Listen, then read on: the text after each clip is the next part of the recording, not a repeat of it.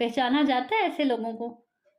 ایسے لوگ کون ہوتے ہیں؟ مسکین ہوتے ہیں، جو اپنی بنیادی ضروریات پوری نہیں کر سکتے اور کسی سے سوال بھی نہیں کرتے. تو پہچان لیتے ہیں آپ ان کو؟ پہچانے جاتے ہیں؟ جو بصیرت کی نگاہ رکھنے والا ہوتا ہے، جس کو اللہ نے بصیرت دی ہوتی ہے، وہ پہچان لیتا ہے، وہ اپنی نگاہوں سے اس کو جانچ لیتا ہے. تو اللہ تعالیٰ نے یہاں یہی فرمایا کہ جو غنا برتے یعنی لوگوں سے بے نیاز ہو تو اس کو تم اس کے چہروں سے پہچان لو گے. پھر آگے اسی طرح سورۃ الفرقان میں اللہ رب العزت فرماتے ہیں والذین اذا انفقوا لم یسرفوا ولم یقتروا وکان بین ذلک قواما. سورۃ الفرقان اللہ رب العزت کا ارشاد ہے وہ جو خرچ کرتے ہیں نہ تو فضول خرچی کرتے ہیں نہ بخل، یعنی دونوں چیزوں سے منع کیا گیا ہے. بیجا خرچ کرنے سے بھی منع کیا گیا اور پیچھے ہم نے کون سا چیپٹر پڑھا تھا؟ بخل کا، کنجوسی سے بھی منع کیا گیا، بلکہ ان کا خرچ دونوں انتہاؤں کے درمیان اعتدال پر قائم رہتا ہے. یعنی جو ایمان والے ہوتے ہیں، مومن لوگ ہوتے ہیں، وہ نہ بخل کرتے ہیں نہ فضول خرچی کرتے ہیں، بلکہ اعتدال والی راہ اختیار کرتے ہیں. محنت کرنے کو پسندیدہ قرار دیا گیا. ایسا نہیں کہا گیا کہ بس اب ہاتھ پر ہاتھ دھر کے بیٹھ جاؤ اور کچھ محنت ہی نہ کرو، ذریعہ معاش کماؤ ہی نہ، بلکہ کس چیز سے منع کیا گیا ہے؟ کس چیز سے منع کیا گیا ہے؟ کہ بس اسی کو اپنی زندگی کا مقصد نہ بنا لو اور پھر اسی کے پیچھے دوڑتے چلے نہ جاؤ اور پھر بے جا خرچ نہ کرو، بلکہ اعتدال کا راستہ اختیار کرو.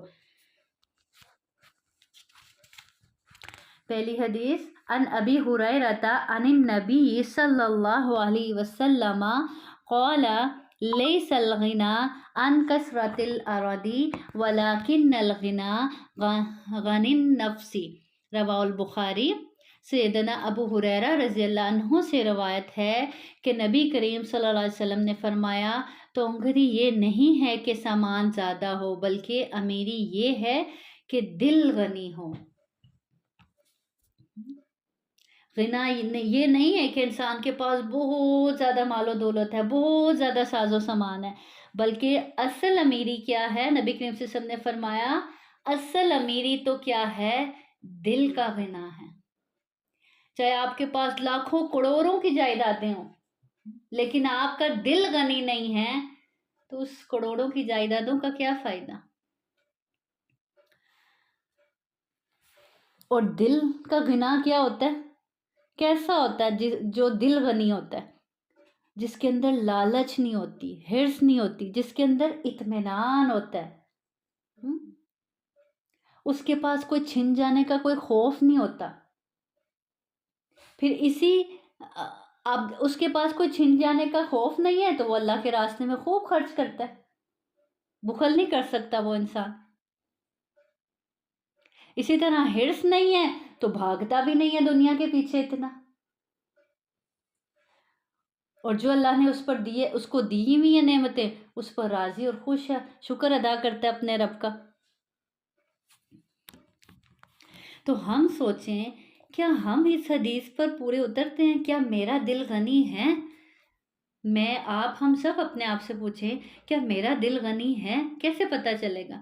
اگر ہمارے پاس جو کچھ بھی ہے اللہ رب العزت نے دیا ہے وہ ہمارے لیے کافی ہے. یعنی میں سوچوں مجھے اللہ نے جو بھی دیا ہے، جو کچھ بھی دیا ہے، چاہے وہ مال ہے، اولاد ہے، شوہر ہے، رشتے ہیں، رشتوں کی محبتیں ہیں، سب چیزوں میں سے میں دیکھوں یہ سب چیزیں اللہ کی عطا ہے نا. بعض اوقات ہم صرف اس کو مال کی کیٹیگری میں دیکھتے ہیں، نہیں، ہر چیز میں سوچیں. کچھ لوگ اپنی ساری زندگی اسی رونے دھونے میں گزار دیتے ہیں، مجھے فلاں کا پیار نہیں ملا، مجھے شوہر کا پیار نہیں ملا، مجھے ماں باپ کا، مجھے اولاد کا پیار نہیں ملا، اولاد اس آسے کمتری میں دنیا سے چلی جاتی ہے کہ مجھے والدین نے اس طرح سے محبت نہیں کی میرے ساتھ جیسے باقی بہن بھائیوں کے ساتھ کی. تو جو اللہ نے جس کو جتنا دیا کیا وہ اس پر راضی ہے؟ کیا میں راضی ہوں اللہ کی ہر عطا پر؟ اللہ نے جتنے رشتے دیے، کچھ لوگ اسی روگ میں دنیا سے چلے جاتے ہیں کہ ہائے ہم بیچارے، ہمارا کوئی بیٹا ہی نہیں ہے، بیٹیاں ہی ہیں. کچھ لوگ کہتے ہیں ہماری اولاد ہی نہیں ہے، یہی غم اسی غم کے ساتھ دنیا سے چلے جاتے ہیں. لیکن ہم لوگ یہ نہیں تو سوچتے کہ اس میں ہماری بہتری. بالکل بالکل. تو جو مومن ہوتا ہے، جس کا دل غنی ہوتا ہے، وہ ہیپی ہوتا ہے اللہ تعالیٰ سے، وہ خوش ہوتا ہے. اللہ تعالیٰ نے اس کو جتنا دیا، جتنی محبتیں دی، جتنے رشتے دیے، وہ ان سے خوش ہوتا ہے کہ میرے رب نے میرے لیے یہی لکھا ہے تو اسی میں میرے لیے بہتری ہوگی. اتنا رزق لکھا ہے، ایسا گھر لکھا ہے، ایسے رشتے لکھے ہیں، ایسی محبتیں لکھی ہیں، الحمدللہ. یہ ہے دل کا غنا. اور پھر اور کیسے دیکھیں گے ہم کہ ہمارا دل غنی ہے، میرے پاس بے نیازی ہے، میرے پاس غنا ہے، کہ کسی کے گھر جاتے ہیں آپ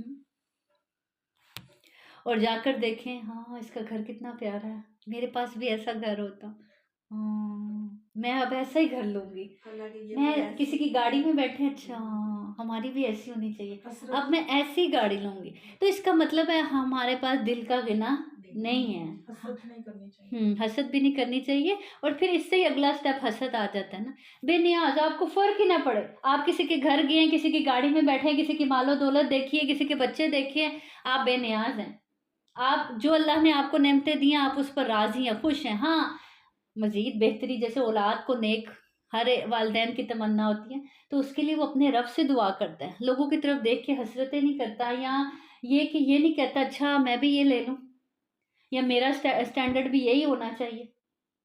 وہ بے نیاز ہوتا ہے، اس کو کچھ فرق نہیں پڑتا کسی نے بڑی گاڑی لی ہے، کسی کے پاس بہت بڑا گھر ہے، کسی کے پاس عالی شان محل ہے، اور میرے پاس یہ چھوٹا سا گھر ہے، یا میرے پاس اتنی سی جگہ ہے، فلاں کا کتنے گز کا مکان ہے. اس کو کوئی فرق نہیں پڑتا، وہ بے نیاز ہوتا ہے. کسی نے اتنا بڑا گھر لے لیا، سارے لوگ حسرت سے دیکھ رہے ہوتے ہیں، لیکن جس کے پاس دل کا غنا ہوتا ہے وہ مطمئن ہوتا ہے، وہ کہتا ہے اچھا کوئی بات نہیں، الحمدللہ، اللہ اس کو اور برکت دے. اس کے اندر کوئی ہرس نہیں آتی، کوئی لالچ نہیں آتی. تو ہم نے اس چیز میں اپنا جائزہ لینا ہے، کسی کی نعمت دیکھ کر میری کیفیت کیا ہوتی ہے، پھر پتہ چل جائے گا کہ ہم کتنے بے نیاز ہیں.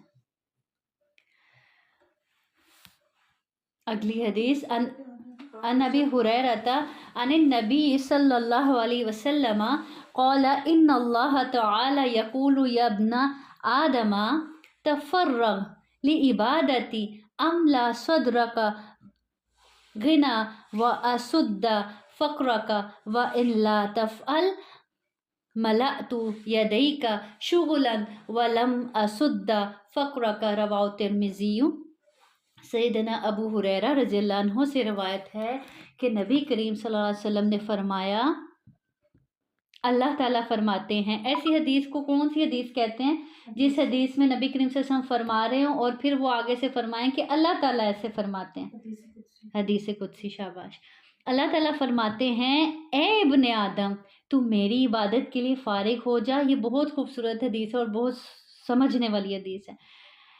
اب نبی کریم صلی اللہ علیہ وسلم فرما رہے ہیں کہ اللہ تعالیٰ فرماتے ہیں اے ابن آدم تو میری عبادت کے لیے فارغ ہو جا، میں تیرا سینہ غنا سے بھر دوں گا اور محتاجی کو تجھ سے دور کر دوں گا. اور اگر تو میری عبادت کے لیے فارغ نہ ہوا، تو نے میری عبادت کے لیے وقت نہ نکالا، تو میں تجھے محنت مزدوری میں مصروف کر دوں گا اور تجھ سے محتاجی دور نہ کروں گا.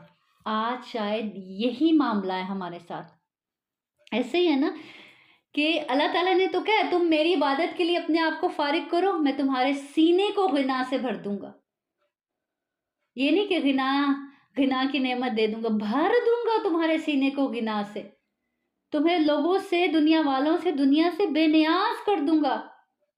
اور یہ میں کہتی ہوں سب سے آج کے دور میں سب سے بڑی دولت ہے کہ اگر کسی کو کسی کے پاس غنا جیسی نعمت آ جائے، کسی کے سینے کو غنا سے بھر دیا جائے. پھر دیکھیں کوئی آپ کو برا بھلا کہہ رہا ہے، کوئی آپ کی تعریف کر رہا ہے نہیں کر رہا، کسی کے پاس کچھ بھی ہے، کوئی فرق نہیں پڑتا آپ کو. ہاں لالچ نہیں رہتا. کیوں؟ کیونکہ آپ کی نظر کہاں ہے؟ اللہ کو راضی کرنے میں. اسی لیے تو اللہ کو خوش کرنے کی طرف نظر ہے، اسی لیے تو آپ اس کی عبادت کے لیے وقت نکال رہے ہیں نا. اور پھر دیکھیں دوسرا بڑا تحفہ اس کے بدلے کہ اللہ تعالیٰ کیا فرما رہے ہیں کہ میں تم سے محتاجی کو دور کر دوں گا. اور یہ کتنی بڑی دولت ہے. محتاجی، ہر طرح کی محتاجی، بہت بری ہوتی ہے، چاہے وہ صحت کے لحاظ سے ہو، مال کے لحاظ سے ہو، کسی بھی لحاظ سے ہو۔ تو اللہ تعالیٰ کہہ رہے ہیں میں تم سے محتاجی کو دور کر دوں گا، یعنی تیری ضروریات خود ہی پوری کر دوں گا، تمہیں کسی کا محتاج نہیں چھوڑوں گا۔ اور اگر تم نے میری عبادت کے لیے وقت نہ نکالا، تم میری عبادت کے لیے فارغ نہ ہوئے، تو میں تجھے محنت مزدوری میں مصروف کر دوں گا۔ آج دیکھیں ہم جب اللہ کی عبادت کے لیے وقت نہیں نکال رہے تو ہمارے ساتھ کیا ہو رہا ہے؟ ہمارے ہاتھ ہر وقت مصروف رہتے ہیں، یہاں تک کہ بستر پر جا کر پھر اٹھنا پڑتا ہے، ہمیں بار بار اٹھنا پڑتا ہے، اتنے مصروف رہتے ہیں ہمارے ہاتھ۔ وجہ کیا ہے پیچھے؟ کہ اللہ کے لیے وقت نہیں نکال رہے۔ اور تجھ سے محتاجی دور نہ کروں گا، ہمیشہ تمہیں دوسروں کی محتاج رہنا پڑے گا، کبھی کسی سے مانگنا پڑے گا، کبھی کسی سے کچھ کہنا پڑے گا، کبھی کسی ضرورت کے لیے، کبھی کسی ضرورت کے لیے۔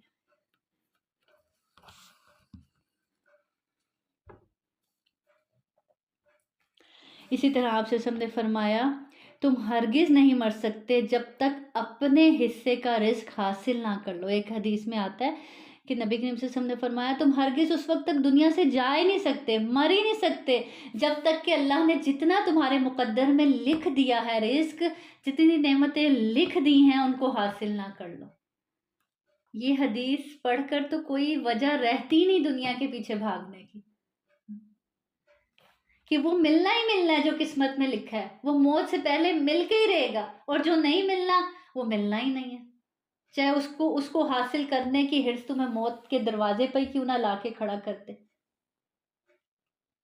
اور اپنے طلب کو خوبصورت بناؤ، پھر جو طلب کر رہے ہو اس کو خوبصورت بناؤ نا، مانگ رہے ہو تو کچھ خوبصورت مانگو اللہ سے، اور رزق کے آنے میں دیر لگ جائے تو معصیت کی طرف نہ چل پڑو، کیونکہ جنت اللہ کی اطاعت سے مل سکتی ہے۔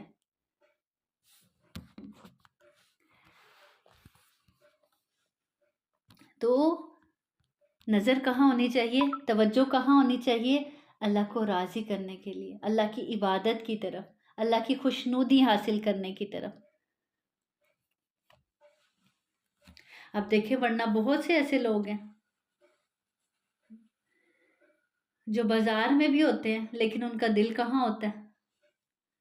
دل کہاں ہوتا ہے؟ مسجدوں میں لگا ہوتا ہے، وہی فلاں اذان کا وقت ہونے والا ہے، اذان ہوگی، یہاں سنائی نہیں دے رہی، اللہ کی طرف لگا ہوتا ہے بازار میں بھی دل، اور کچھ دل جانماز پر بھی کھڑے ہیں لیکن دل دماغ کہاں ہے؟ پہنچا ہوا ہے مارکیٹس میں، پہنچا ہوا ہے، وہ فلاں چیز دیکھی تھی وہاں پہ کتنی اچھی تھی، لینی چاہیے تھی، چلو دوبارہ جاؤں گی لے آؤں گی، وہ اتنے کی نہیں اتنے کی ہونی چاہیے تھی، اور بعض اوقات پورا حساب کتاب نماز کے اندر چل رہا ہوتا ہے دنیاوی۔ ہاں بالکل، تو فارغ کا مطلب کہ بالکل فارغ کر لے انسان، جب اللہ کی عبادت کے لیے تم فارغ کر لو اپنے آپ کو، اس کا کیا مطلب ہے کہ یعنی اپنے دل دماغ اپنے ہاتھ، جیسے ہم فارغ ہاتھ سے تو ہو جاتے ہیں بعض اوقات جب مسجد نماز کے لیے کھڑے ہوتے ہیں جانماز پر، ہم نے کام شام چھوڑ دیے، ہم نے یہ بھی پڑھا ہے نماز میں حرکت نہیں کرنی، موومنٹ نہیں کرنی، ادھر ادھر نہیں دیکھنا، ان چیزوں سے تو باز آ جاتے ہیں، لیکن کیا ہم اپنے دل دماغ کو بھی فارغ کر لیتے ہیں اللہ کی عبادت کے لیے؟ یہ سوچنے والی بات، یہ اصل سوال ہے۔ تو آج سے یہاں پہ فارغ کرنا کیا، ہر لحاظ سے فارغ کر لو۔ اب اللہ کی بارگاہ میں آ گئے ہو تو سمجھو کہ بس دنیا کو اس سے جانماز کے پیچھے چھوڑ کے آئے ہو، اور دروازہ بند کر لیا، بس جانماز پہ آ کے اب دنیا ادھر سے آگے نہیں آنی چاہیے۔ اس طرح سے فارغ کرو، جس دن تم نے اس طرح سے، اللہ تعالیٰ فرماتے ہیں جس دن تم نے اس طرح سے میری عبادت کے لیے اپنے آپ کو فارغ کر لیا تو پھر تمہیں غنا نصیب ہو جائے گا، میں تمہارے سینے کو غنا سے بھر دوں گا اور محتاجی کو تم سے دور کر دوں گا، تمہاری ضروریات کے لیے میں خود ہی تمہارے لیے کافی ہو جاؤں گا۔ تو یہ بہت خوبصورت حدیث ہے، اس کو تو ہمیں یاد رکھنا چاہیے، بلکہ لکھ کے کہیں لگا لینا چاہیے تاکہ ہمیں یاد دہانی ہوتی رہے۔ اور ایسے ہی آپ نے خود بھی جائزہ لیا ہوگا، جس دن آپ اپنی نمازوں کو لیٹ کرتے ہیں کاموں کے چکر میں، اس دن آپ کے کام بھی بڑھتے چلے جاتے ہیں، آپ جتنا سمیٹنے کی کوشش کرتے ہیں اتنے ہی بڑھ جاتے ہیں، ایک کام سمیٹتے ہیں دوسرا الٹ ہو جاتا ہے، دوسرا سمیٹتے ہیں تیسرا الٹ ہو جاتا ہے، لیکن جب آپ وقت پر نماز پڑھتے ہیں اور اپنا وقت باقاعدہ طور پر سب سے پہلے اللہ کی عبادت کے لیے اپنا وقت نکالتے ہیں تو آپ کے باقی کے کام بھی ایسے آسان ہوتے ہیں کہ آپ کو خود بھی نہیں پتہ چلتا، وہ گھنٹوں والے کام منٹوں میں ہو رہے ہوتے ہیں۔ یہ جیسے فجر کی مثال لیں، جی بالکل، جس دن آپ فجر قضا ہو جائے آپ یقین کریں، میں تو خود اپنے پہ آزمایا ہوا ہے، ایسے ہی ہے۔ اسی ایک تو سارا دن آپ کو شرمندہ، آپ ناشتہ بنانے کو آپ کا دل نہیں کرتا، مطلب آپ شرمندہ ہو رہی ہوتی کہ ہماری فجر رہ گئی، بالکل اور آپ فجر پڑھو تو الحمدللہ کام بھی سارے ہو ہو جاتے ہیں، جاتے اور ہیں، ایک جو آپ کو ذہنی سکون ملتا ہے نا، ہاں فجر پڑھ کے ہی ملتا ہے۔ ملتا ہے، بالکل بالکل۔ تو بس جس دن کوئی ایسا معاملہ ہو نا کہ آپ کے ہاتھ فارغ ہی نہ ہو رہے ہوں تو سمجھ جائیں کہ آج اللہ کے حق میں نے کمی کی ہے اور بہت زیادہ کی ہے، آج میں نے اللہ کے لیے اس طرح سے وقت نہیں نکالا جس طرح میرا نکالنے کا حق تھا۔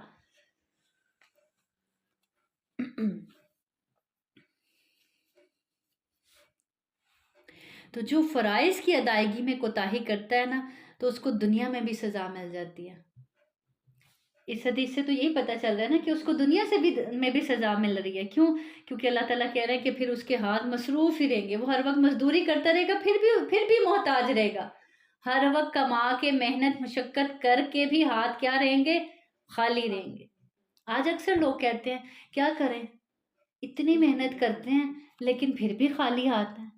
پھر یہ دیکھیں، حدیث پڑھیں، کمی ہو رہی ہے، اللہ کے لیے وقت نہیں نکالا جا رہا، اگر نکالا جا رہا ہے تو پورے دل دماغ کے ساتھ نہیں نکالا جا رہا، فرائض میں کمی کی جا رہی ہے۔ یہ ایسے ہوتا ہے نا جیسے کوئی مہمان آ جاتے تو ہم کھانے کا ٹائم ہوتا ہے، ہم کہتے ہیں آپ بیٹھے، ہم جلدی سے نماز پڑھ کے ہم آ بالکل رہے ہیں۔ ہاں، تو پھر میں نے اساتذہ کی یہ سنا تھا، انہوں نے کہا تھا کہ نہیں آپ کو پہلے کھانا کھانا، پھر کو ہم آرام سے مل کے نماز پڑھیں مل گے۔ کے نماز پڑھتے ہیں، ہاں بالکل، فارغ کر لو۔ اور یہ فارغ میں بالکل اگر آپ کو پتہ ہے نا کہ آپ کے مائنڈ میں یہ چیز ہے، آپ نے نماز شروع کر دی تو دھیان ادھر جائے گا، تو پھر اس چیز سے فارغ ہو جائے۔ تو یہاں پہ فارغ کا لفظ ہے نا، بہت اچھے پوائنٹ کی طرف آپ نے توجہ دلائی کہ فارغ تو پھر ان چیزوں سے بھی فارغ ہو جائیں۔ بعض اوقات ہوتا ہے چولہے پہ دودھ بوائل کرنے رکھا ہے یا چائے ایسی رکھی ہے، آپ پلٹ کے نماز میں دھیان کیا جا رہا ہوتا ہے، اچھا وہ گر نہ جائے، چولہا نہ گندا ہو جائے، ایسے نہ ہو جائے، ویسے نہ ہو جائے، تو کیا پہلے ان سب کاموں سے فارغ ہو جائیں یا ان کو ابھی شروع ہی نہ کریں، نماز کے بعد شروع کر لیں۔ تو اور کیا سزا ملتی ہے ایسے انسان کو دنیا میں؟ اس کا دل خوف اندیشے میں، کڑن میں، دنیا کے ہر وقت تڑپتا ہی رہتا ہے، ہر وقت کے خوف اندیشے ہوتے ہیں، اچھا کل کی کیا ہوگا،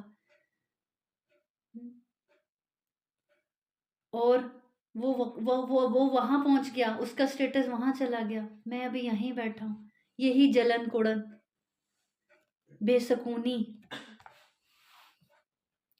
اور یہی سب چیزیں اس کو پھر کیا رکھتی ہیں؟ غمگین رکھتی ہیں۔ اگلی حدیث، ان عبداللہ ابن عمرو ابن عاص ان رسول اللہ صلی اللہ علیہ وسلم قال قد افلح من اسلم ورزق کفافا وکنأہ اللہ بما آتاہ، رواہ مسلم۔ سیدنا عبداللہ بن عمر بن عاص رضی اللہ عنہ سے روایت ہے کہ رسول صلی اللہ علیہ وسلم نے فرمایا، فلاح پا گیا جو اسلام لایا اور جسے بقدر ضرورت رزق دیا گیا، اور جو اسے اللہ تعالیٰ نے دیا اس نے قناعت کی۔ یعنی آپ سے نے فرمایا ایسا شخص فلاح پا گیا، کامیاب ہو گیا، کیسا شخص؟ جو اسلام لایا، اللہ کا فرما بردار ہے، اور جسے بقدر ضرورت رزق دیا گیا، اور جو اسے اللہ تعالیٰ نے دیا اس نے اس پر قناعت اختیار کی، یعنی اللہ کی تقسیم پر راضی ہے، خوش ہے، شکر گزار ہے اللہ، اور پھر اللہ کا اطاعت گزار بھی ہے، تو پھر ایسا شخص کیا ہے؟ فلاح پا گیا، کامیاب ہو گیا۔ کون سی کامیابی؟ یعنی آخرت کے امتحان میں وہ کامیاب ہو گیا۔ صرف یہ دو چیزیں، اسلام لایا اور حق، جیسے اسلام لانے کا حق ہے ویسے لایا، یعنی اطاعت والا ہے کہ ہر کام اللہ کی مرضی کے مطابق، اور پھر جو اللہ تعالیٰ نے اس کو دیا ہے، جتنا بھی رزق دیا ہے وہ اس پر خوش ہے، اپنے رب سے راضی ہے، کوئی شکوہ نہیں۔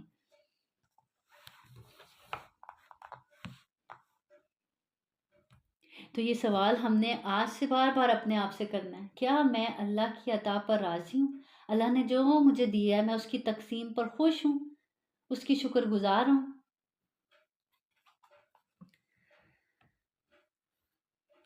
اور جس نے آخرت کے غم کو اپنا غم بنا لیا دنیا میں، تو وہ کامیاب ہو گیا، اس نے اپنے رب کو راضی کر لیا۔ اور جس نے دنیا میں رہتے ہوئے دنیا کو ہی اپنا غم بنا لیا، تو وہ غمگین ہی رہے گا اس دنیا میں بھی اور آنے والی دنیا میں بھی، یعنی آخرت میں بھی۔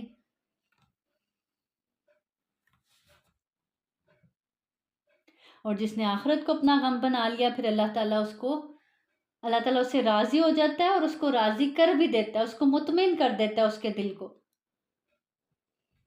اسی لیے تو نہیں ایسے شخص کو آ کر فرشتے پکارتے، اے نفس مطمئنہ، چل اپنے رب کی طرف دوڑ، تیرا رب تجھ سے راضی اور تو اپنے رب سے راضی۔ تو نفس مطمئنہ ایسے ہی بنتا ہے نا کہ انسان راضی ہوتا ہے، اپنے رب کے ہر فیصلے پر راضی ہے، خوش ہے، مطمئن ہے۔ پھر اس کو ایسا لقب ملتا ہے مرنے کے وقت، جس کی تمنا ہم میں سے ہر کوئی کرتا ہے کہ ہمیں بھی ایسے ہی آ کے پکارا جائے، ایسے ہی آ کے بشارت دی جائے۔ عن سلمة بن عبید اللہ بن محصن الانصاری عن ابیہ قال قال رسول اللہ صلی اللہ علیہ وسلم من اصبح منکم معافا فی جسدہ آمنا فی سربہ عنده قوت یومہ فکأنما حیزت لہ الدنیا، رواہ ابن ماجہ۔ سیدنا سلمہ بن عبید اللہ بن محسن الانصاری اپنے والد سے روایت کرتے ہیں کہ رسول صلی اللہ علیہ وسلم نے فرمایا، تم میں سے جو کوئی جسم کی تندرستی اور گھر میں امن کے ساتھ صبح کرے، تم میں سے جو کوئی جسم کی تندرستی اور گھر میں امن کے ساتھ صبح کرے۔ اب کہیں گے ہم میں سے تو ہر کوئی کہے گا ہم تو تندرستی سے صبح کرتے ہی نہیں۔ ہاں، کسی کے سر میں درد ہے تو کسی کی ٹانگوں میں درد آئے تو چھوٹا چھوٹا بچہ اس طرح اٹھتا ہے۔ نہیں، تندرستی مطلب کہ آپ کے اعضاء وغیرہ سب سلامت ہے، کوئی ایسی بڑی تکلیف نہیں ہے آپ کو، الحمدللہ صحت مند ہے، چل پھر سکتے ہیں، دوڑ سکتے ہیں، سب کام اچھے سے کر سکتے ہیں، اور گھر میں امن کے ساتھ صبح کریں۔ امن کتنی بڑی دولت ہے، ہم کبھی اس نعمت کو ہم نے محسوس ہی نہیں کیا۔ آج فلسطینیوں کا حال دیکھیں، کس طرح گھر سے بے گھر ہوئے ہیں، پھر ٹینٹوں تک پہنچے، پھر آج کل اتنا پیچھے بارشیں اور پانی سب تھا کہ وہ بھی چھن گئے، اور پچھلے دنوں جو پاکستان میں سیلاب آیا، کتنی بڑی مثال ہے ہمارے لیے۔ اور کیسے وہ اتنے بڑے بڑے گھروں میں رہنے والے کھلے آسمان کے نیچے آ گئے۔ تو اگر امن کے ساتھ، سکون کے ساتھ گھر میں صبح کی ہے اور تندرستی کے ساتھ ہے، جسم سلامت ہے الحمدللہ، کوئی ایسی بیماری، کوئی حادثہ نہیں پیش آیا، اور اس کے پاس اس دن کا، صرف اس دن کا کھانا بھی موجود ہے، تو گویا کیا فرمایا گیا، ساری دنیا، یعنی ایسا ہے کہ ساری دنیا ہی سمٹ کے اس کے پاس اکٹھی ہوگی۔ یہ 3 نعمتیں اگر اس کے پاس ہیں اس دن، مثال کے طور پر آج میں صبح کرتی ہوں، میں صحیح سلامت ہوں، تندرست ہوں، آج کے دن کا میرے گھر پہ کھانا بھی موجود ہے اور امن بھی ہے الحمدللہ، تو کیا کہ گویا ساری دنیا ہی سمٹ کے میرے گھر پر آ گئی ہو۔ اور ان نعمتوں کو تو ہم نے کبھی سوچا ہی نہیں کہ یہ بھی نعمت ہے، ایسے ہے نا؟ تو اس کو پوری دنیا ہی قرار دے دیا گیا کہ دیکھو اس کا گویا کہ پوری دنیا ہی سمٹ کر تمہارے پاس آ گئی ہے۔ ہاں، جب سم ٹائم بناس ہوتا ہے تو کہیں فوت ہی ہو جاتا ہے۔ ہاں بالکل، اور یہ سوتے ہیں تو ہمارے اندر سے روح نکل جاتی ہے۔ اب اللہ رب العزت چاہیں تو اس کو واپس لوٹائیں اور چاہیں تو نہ لوٹائیں۔ اسی لیے تو آتا ہے نا کہ کچھ لوگ سوئے ہی سو جاتے ہیں کہ ان کی روح واپس نہیں لوٹتی، اور پھر ہم دیکھتے ہیں کہ خوابوں میں ہم کہاں کہاں پہنچے ہوتے ہیں، ہم تو بستر پہ ہی ہوتے ہیں، ہماری روح گھوم رہی ہوتی ہے۔ تو اسی لیے بعض اوقات لگتا ہے آپ واقعی کسی سے مل کر آئے ہیں، پورا دن اسی میں گزرتا ہے۔ تو جسم کیا ہے، روح اور جسم یہ دونوں کا ملاپ انسان ہے۔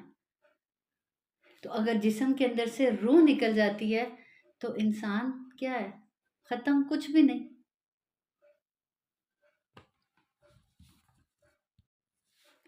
عن ابی ہریرہ قال قال رسول اللہ صلی اللہ علیہ وسلم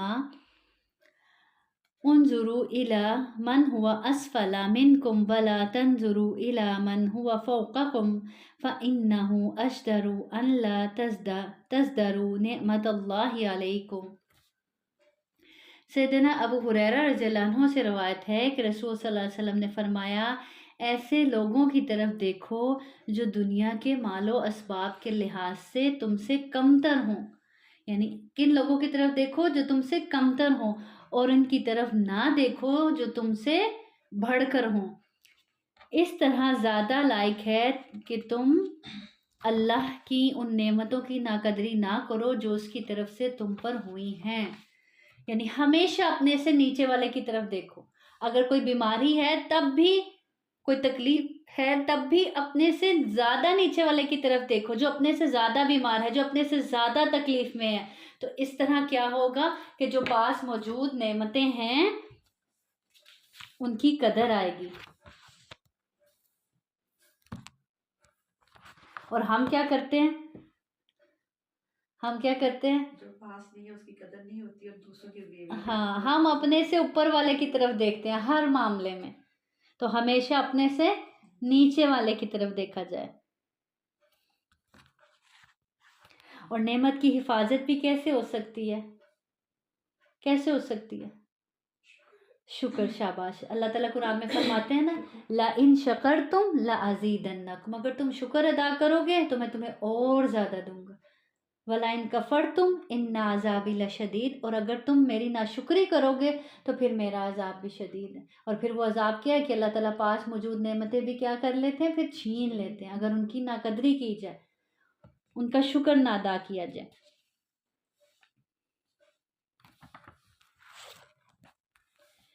تو کسی کی طرف دیکھنے کی بجائے، اپنے سے اوپر والے کی طرف دیکھنے کی بجائے کدھر دیکھنا چاہیے؟ اپنے سے نیچے والے کی طرف دیکھ کے اللہ کا شکر ادا کرنا چاہیے۔ آٹومیٹکلی آپ جب اپنے سے نیچے والے کی طرف دیکھتے ہیں، اگر آپ کو مال و دولت میں کمی ہے تو آپ اپنے سے زیادہ مال و دولت میں کمی رکھنے والے انسان کو دیکھتے ہیں تو آٹومیٹکلی شکر کی کیفیت آ جاتی ہے۔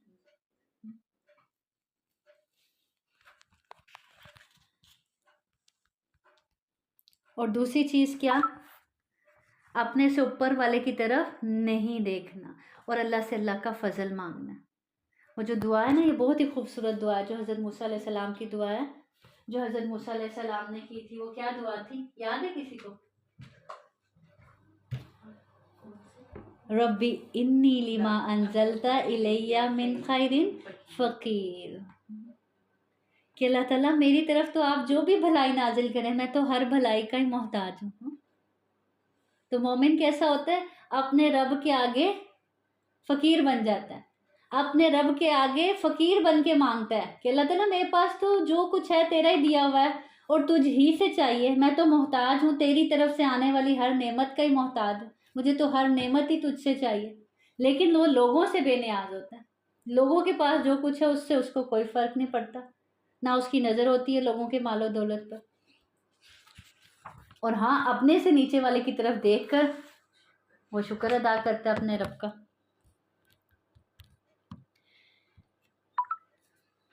اگلی حدیث حضرت ابو ہریرہ رضی اللہ عنہ سے روایت ہے کہ رسول صلی اللہ علیہ وسلم نے فرمایا، جب تم میں سے کوئی شخص کسی ایسے آدمی کو دیکھے جو مال اور شکل و صورت میں اس سے بڑھ کر ہے تو اس وقت اسے کسی ایسے شخص کی طرف دھیان کرنا چاہیے جو اس سے کم درجہ ہے۔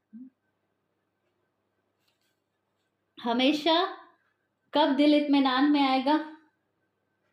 کب راضی رہے گا اللہ کی عطا پر؟ کب دل مطمئن ہوگا؟ کہ جب نظر چلی بھی گئی اوپر والے پر تو فوراً کدھر لے جاؤ؟ نیچے لے جاؤ۔ حدیثیں پڑھ کر کتنا پیار آتا ہے اللہ پر اور نبی کریم صلی اللہ علیہ وسلم پر کہ دیکھیں، کوئی کسی طرف سے کوئی اینگل ایسا نہیں چھوڑا کسی بھی ٹاپک کے لحاظ سے کہ اس کو سمجھانے میں کوئی کسر چھوڑ دی ہو یا بتانے میں کوئی کسر چھوڑ دی ہو۔ ایسے نہیں تو ایسے کر لو، اس طرح کی سچویشن ہے تو ایسے کر لو. پیچھے کیا کہا گیا حدیث میں کہ اپنے سے نیچے والے کی طرف دیکھو. اب یہاں کیا کہا گیا کہ جب اوپر والے کی طرف دیکھ ہی لو تو پھر کیا کرو, چلی جاتی ہے نا نظر. انسان ہے, شیطان بھی ساتھ ہے, لے جاتا ہے, اوپر والوں کو دکھا دیتا ہے. تو کیا فوراً کیا کر لو, ایسے شخص کی طرف دھیان کرنا چاہیے جو اس سے کم درجہ ہے. کہتے ہیں دنیا میں جو ہے اپنے سے نیچے والے کو دیکھو, ایمان میں اپنے والے سے بالکل بالکل, ایمان میں اپنے سے اوپر والے. اور صحابہ بالکل ایسے ہی کرتے تھے, دنیا کی ان کو کوئی پرواہ نہیں تھی. دنیا کے معاملے میں کوئی کدھر بھی چلا جاتا تھا, ان کو کوئی مسئلہ ہی نہیں تھا, بے نیاز تھے اس حوالے سے. لیکن ہاں, جیسے ہی کوئی دین میں آگے بڑھنے لگتا تھا, کوئی ان سے آگے جانے لگتا تھا, تو ان کو فکر شروع ہو جاتی تھی کہ ہم اس معاملے میں پیچھے نہ رہ جائیں, اور ہمارا حساب کیا ہے, الٹ ہے.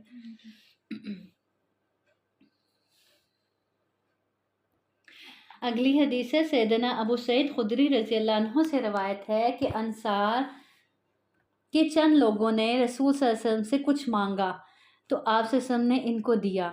انہوں نے پھر مانگا تو آپ صلی اللہ علیہ وسلم نے ان کو دیا, یہاں تک کہ جب تمام ختم ہو گیا جو آپ صلی اللہ علیہ وسلم کے پاس تھا تو فرمایا میرے پاس جو مال ہوتا ہے وہ میں تم سے نہیں ذخیرہ کرتا, یعنی تم سے چھپا کر نہیں رکھتا, اور جو سوال سے بچے اللہ اس کو بچاتا ہے.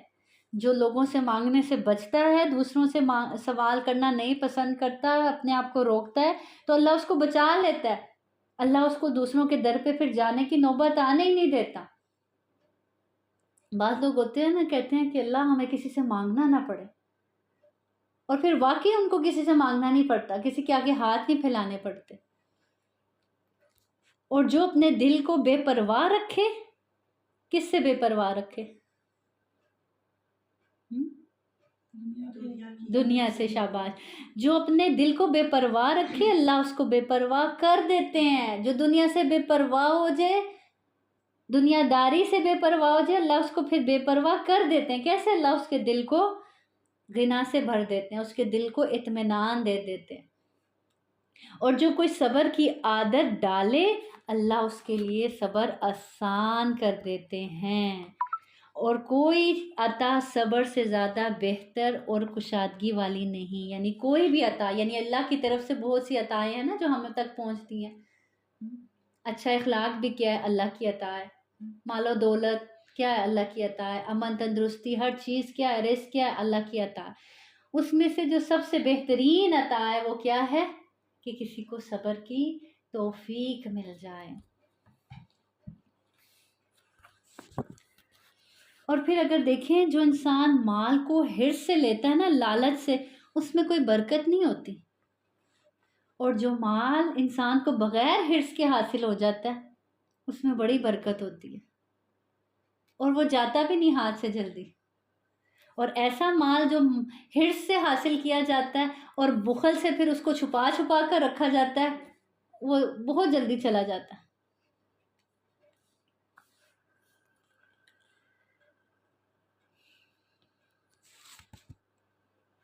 تو انسان کو کیا چاہیے کہ وہ بے نیازی سے کام لے, اور بے نیازی اس وقت تک ہو نہیں سکتی جب تک کہ انسان کے اندر کیا نہ ہو, صبر نہ ہو. تو صبر اصل میں ہے کیا؟ اپنے آپ کو روک لینا. کس سے؟ غلط رویے سے, غلط سوچ سے, غلط بات سے. یعنی مثال کے طور پر تھوڑی سی کمی آ گئی مال و دولت میں, یا کسی لحاظ سے, یا بیماری کی صورت میں, صحت میں کمی آ گئی, تو کیا زبان سے شکوے کرنے لگنا, اللہ سے سوچ بدلنے لگنی, اللہ سے بدگمان ہونے لگنا, اللہ سے دور ہو جانا. تو یہ سب چیزیں کیا ہیں؟ صبر کے خلاف ہیں.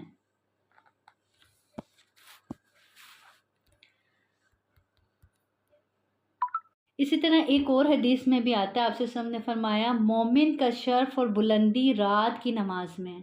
مومن کا شرف اور بلندی کس میں ہے؟ رات کی نماز میں. اور مومن کی عزت کس میں ہے؟ انسانوں سے بے نیاز ہو جانے میں. مومن کو شرف کب ملتا ہے, بلندی کب ملتی ہے؟ جب وہ رات کی نماز پڑھتا ہے. تب کس کے ہاں پسندیدہ بن جاتا ہے؟ اللہ کے ہاں. اور جب اللہ کے ہاں بلندی ملتی ہے, اللہ کے ہاں پسندیدہ بن جاتا ہے, تو پھر